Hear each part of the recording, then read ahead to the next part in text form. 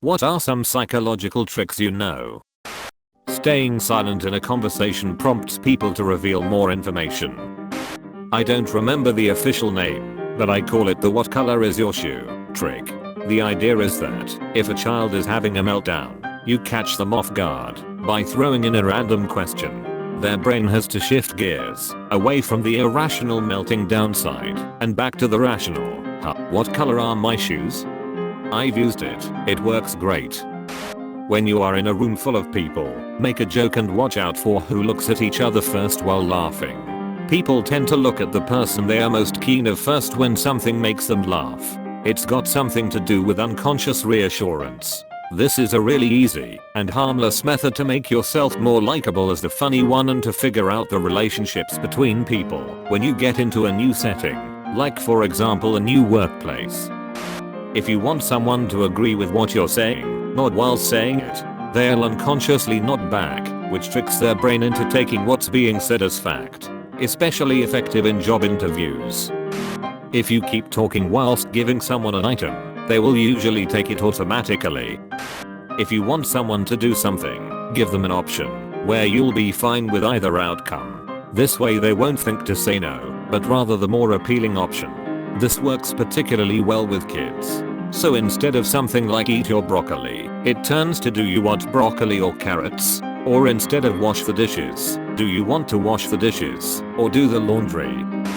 Changing the words you use to describe or talk about something can help change your association with that thing. Alcoholics often call it the bottle instead of the actual alcohol of choice after quitting. Divorced people refer to the ex instead of calling them by name. We develop a pile of emotional context around the words we use. By changing the words we can change the context. I know this one trick that's amazing. Being genuinely nice to people will make them like you and be friendly. Realizing that thoughts and facts changes the way you think about yourself and your perception. In the face theory, ask for something really big first, then appear to compromise for a smaller thing, for instance asking to borrow $1,000, then after being declined, ask to borrow $50. The person will be more inclined to say yes as it seems relatively reasonable compared to the first request. If you're looking for something in the room that the other person has hidden, just shout that you found it. They'll normally look directly at the object. Benign neglect, ignoring poor behavior from individuals who know already how they are acting, is inappropriate, can be more effective in negating the unwanted behavior than reprimanding. Many times the initial poor behavior is simply acted out to gain attention.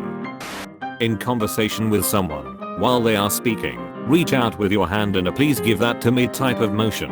Assuming they are actually holding something, phone/coffee/wallet, they will likely subconsciously hand that item to you, realizing they are doing it. I'm not saying you should keep it, but when they stop talking they will have an honest confusion about how/why you have their said item in your hands. Bonus points for playing dumb and throwing it back at them, questioning why the heck they would have given it to you. People are more likely to agree to do something if you ask them to do something harder first. If we want to borrow a specific amount of money, like $100, we should ask them to lend us $200, and when they refuse, we ask for the amount we wanted from the beginning. Also, chew gum if you are nervous. That will trick your brain to think that everything is alright because you're eating, and that means you're not in danger, and calm you down. Saying "I always play rock before a game of rock, paper, scissors," then actually playing rock makes you win most of the time. Also, saying you don't like something is one of the best ways to receive that thing. Saying "I don't like pasta" results in many people offering you pasta to prove you wrong. Turning down. When someone is yelling at you, our first instinct is to turn up and increase our intensity, often raising our voice and arguing. Instead, try turning down and countering their intensity with apathy. This tends to disarm people and avoids pointless argument. I use this almost daily with clients who want to try and get their way by yelling. Usually I just respond, "Oh, okay," or staying quiet while they throw a tantrum. It ends things much faster and you keep your own dignity. More for yourself, but if you're sickly nervous about something potentially positive like a job interview or a performance, take a little time to convince yourself you're actually excited about it and you really want it to happen. Imagine how uncomfortably slow life feels if you're never pushed out your comfort zone. Sounds painfully obvious, but it's really helped me out a bunch. If you want to find out what's bugging your kid, but they won't open up to you, ask them while they're doing something they enjoy. Distracted kids are more honest to questioning as their brains aren't thinking about the repercussions of their answers as much. When you want to change someone's mind, agree with them initially, then mask your argument against the idea as a natural evolution of their own idea. Works great with clients. Example client, I want you to make my poster have a Comic Sans font. Me, in my head, that's the effing dumbest idea ever. Me, to the client, that's great, that would be fun.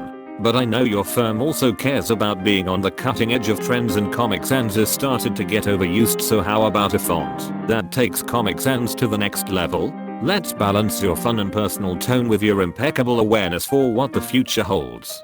Client, feeling like a genius, that's perfect. Make it happen design slave. If you want someone to like you more, ask them for a very small favor. For instance, may I use your pen? They will usually comply to avoid seeming like an a-hole. This will create cognitive dissonance. If they don't like you, why are they helping you? They will begin to feel more friendly toward you. If you want to get away with something, and usually don't want to be seen, don't look at who you don't want to be seen by at all. Eye contact with any human always makes them aware someone is looking at them. If you want someone new to be willing to help and trust you better, approach them and ask them about their life, and ask them for a small favor. It's called Ben Franklin effect. Say people's name. People's own name is the sweetest sound to them. Rather than just saying hi, say hi Jane instead. When I email someone at work, rather than replying thanks, I'll write thank you Bob. I would sometimes make outbound calls, and I found an almost 180 is how people treated me when I used their name. Before I used to start off like this, hi Mr. Smith, I'm calling from X company. Now I use hi John, this is Dr. Big Black from X company. It gives you a face and make it seems like you two are even footing. If you pay attention, you'll notice salespeople use this trick all the time. If you want to win at rock, paper, scissors, after the first round, you need to play what would win against what you initially threw out, +1. Your opponent is most likely to throw what would win against your initial throw. So if you initially threw rock, your opponent's next move is most likely to be paper, because that beats rock. So you need to throw scissors. And then for the next one, your opponent is going to most likely throw rock. Rock beats scissors, so you need to throw paper. This is great for winning a 2 out of 3. It's never failed me. You need to do this fast enough that your opponent doesn't have enough time to think too much, so you need to react fast. The feet are the most honest part of the body.